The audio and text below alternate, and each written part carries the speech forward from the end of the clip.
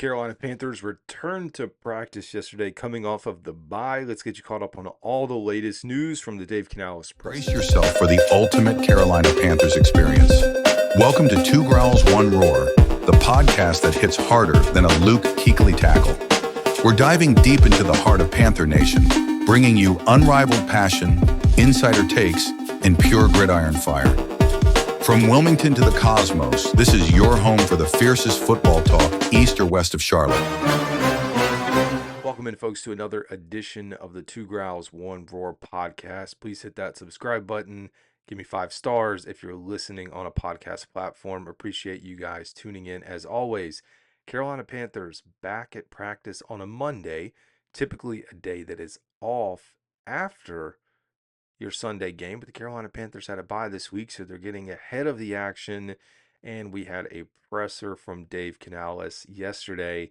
Some updates related to injury, no official injury report, but we'll go through everything that we heard.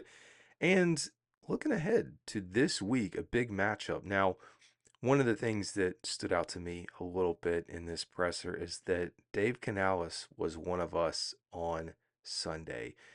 And if you listen to the presser, you know exactly what I'm talking about. But he was one of us watching the New Orleans Saints and Tampa Bay Buccaneers game and cheering on the Saints.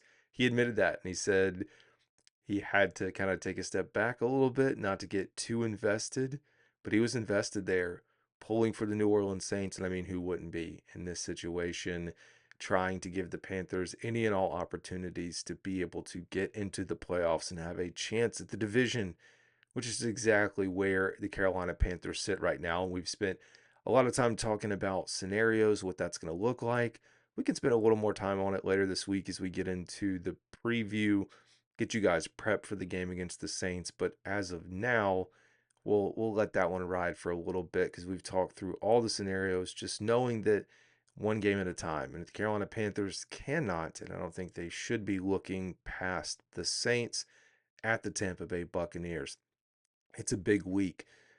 If the Atlanta Falcons can upset the Tampa Bay Buccaneers, and Tampa Bay has been sliding, but I think they are going to rebound against the Falcons. But if they can pull that upset, you're talking about the Carolina Panthers really being in the driver's seat with an opportunity here in 2 weeks. But we won't, again, not get too far ahead of ourselves. Right now, you go back listening to Dave Canales. I said it back when, I guess it was on Sunday, when we saw New Orleans upset Tampa, that this was a championship opportunity. And if you listen to Dave Canales, that's exactly what he called this, a championship opportunity, looking at a tough opponent in the New Orleans Saints. As I mentioned, he talked about some lessons that he learned from the previous matchup, missed opportunities. We've all heard that before. Challenges in the run game and the game plan for the New Orleans Saints, also crediting some of the big plays that they had. 2 of their touchdowns came on 3rd down. We know about those plays, just the mishaps in coverage, falling down.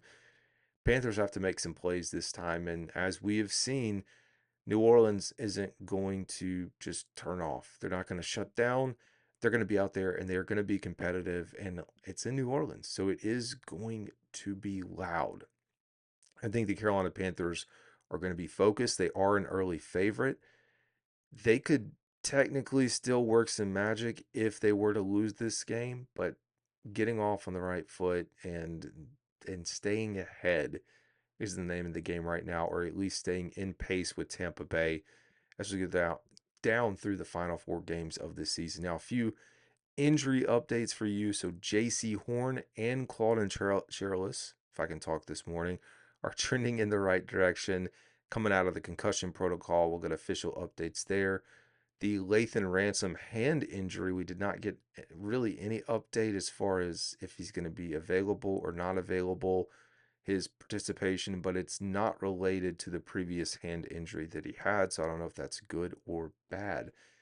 Robert Hunt, yes, I remember when Robert Hunt got earlier this year, thought, yeah, there's no way we're getting him back this season, but he has been working off to the side. Carolina Panthers are not going to open up his practice window this week, so they'll continue to monitor that, and I think that's okay. Dave Canales, before the bye, spoke about Robert Hunt and whether or not, I guess the question was, would you consider where the Panthers are in deciding if you want to bring him back and push him to play? And he said, we'll follow our return to play protocols, but you would go through normal process. And so from his standpoint, whether they are in playoff contention or not, if he's healthy and available, he would play. Although if I'm the Panthers, it's kind of going back to Jaycee Horn not playing last game last year. You're like, okay, let's be smart about some of these decisions and not risk injury going forward. But that is good news. Of course, on top of that, outside of likely getting Jaycee Horn back, Claudin Cherelus back, you also have Cade Mays returning. Positive news there. Again, as we get reinforcements, the bye could not have come at a better time for the Panthers. Christian Roseboom back in the mix. Trayvon Merrick, of course, not injured, but coming off of the suspension. And then a guy we have not talked a lot about up in a while. David Moore is getting closer to having his window open now. What does that really mean? I mean, he's a good special teams player, good backup option in the return game. I know we've seen a lot of ETN down the stretch. So positive news for the Panthers as it relates to injuries and getting healthy for the final 4-game stretch.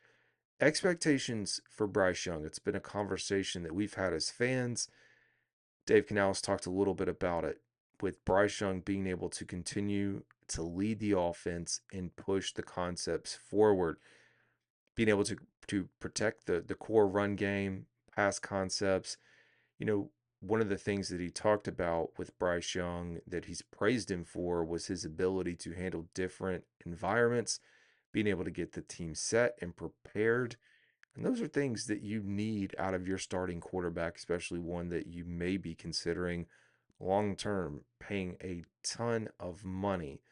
So we look for a consistent game from Bryce Young this week, limit the turnovers, which is something that we have seen in a few of their big wins.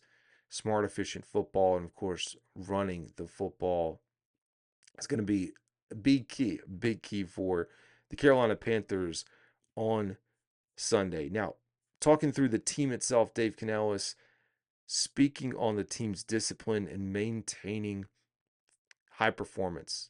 Their greatest challenge for this team is their ability to refocus. Got to take it 1 week and 1 day at a time. So no day is more important than the other. He emphasized the process. How you do anything is how you do everything. I mean, a lot of this is just the pieces of what we've heard from Dave Canales down the stretch. And that's who he is as a head coach. I think he's a very good head coach. You listen to him in the Panthers talk. So for those who don't closely tune in to what's happening, Monday presser, and then he also does a Panthers talk with Panthers Radio and Anish Shroff and the guys there. About 11 to 12 minutes. Really nice listening for you if you haven't ever tuned into one of those, because it's a little bit of an extension of what you hear in the presser. Sometimes a little more content, but a lot of it crosses over. Of course, they're trained on the media and what message they want to get out and what questions they want to ask. So they do a good job of pairing those two things together. But it is a big moment in recent Panthers history, and maybe even in Panthers history right now, as we look at the opportunity ahead. And I said it Sunday, once the Saints upset the Tampa Bay Buccaneers, this moment is real. And I think Panthers fans should embrace it. And what I mean by that is there is a chance that the Carolina Panthers don't make the playoffs. But for this very moment, let's take it in, man. We have longed for an opportunity for the Carolina Panthers to be relevant in December, to be playing meaningful football. And this is a little different than the Steve Wilks run. Now, Steve Wilks' run when he was here as interim coach was good, but that team wasn't overall great. I mean, we were a bad football team trying to compete with and get into the playoffs with a bad record, which would have been fine. This is a team that is ahead of the curve. sitting at 7 wins already. Expectations for this team, I mean, in some instances, already met. But there's still more in the tank, and you just got recharged. You are locked in and ready. Now, outside of some of the coaches, a few of the players who did it on other teams, the core group of guys and a lot of the rookies here maybe did it similar in college, but at least in the NFL, have not been in this moment.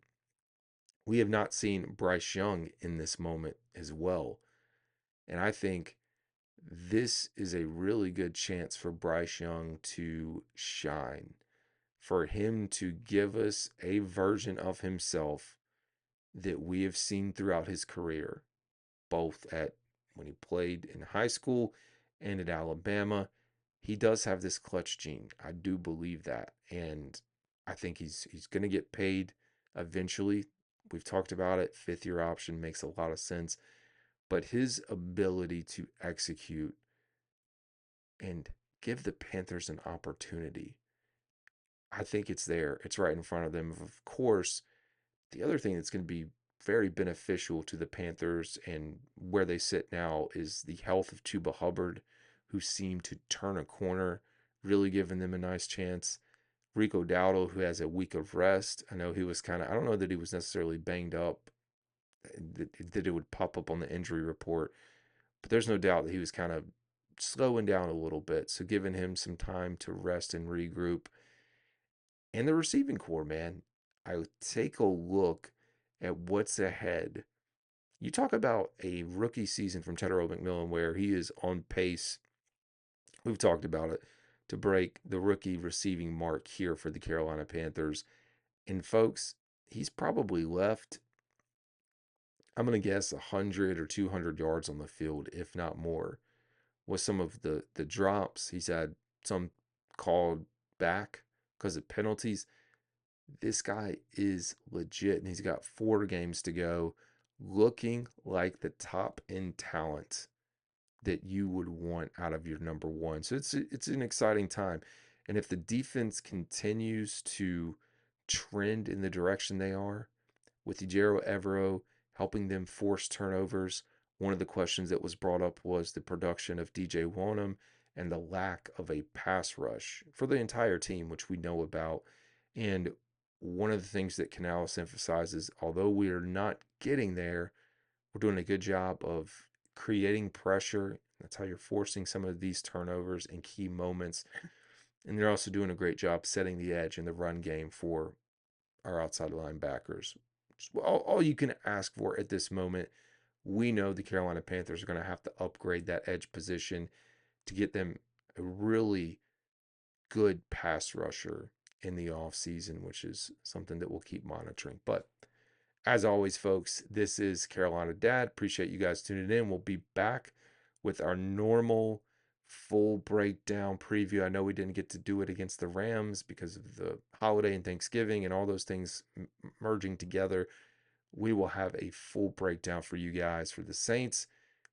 As always, it's Carolina Dad. Y'all have a good one.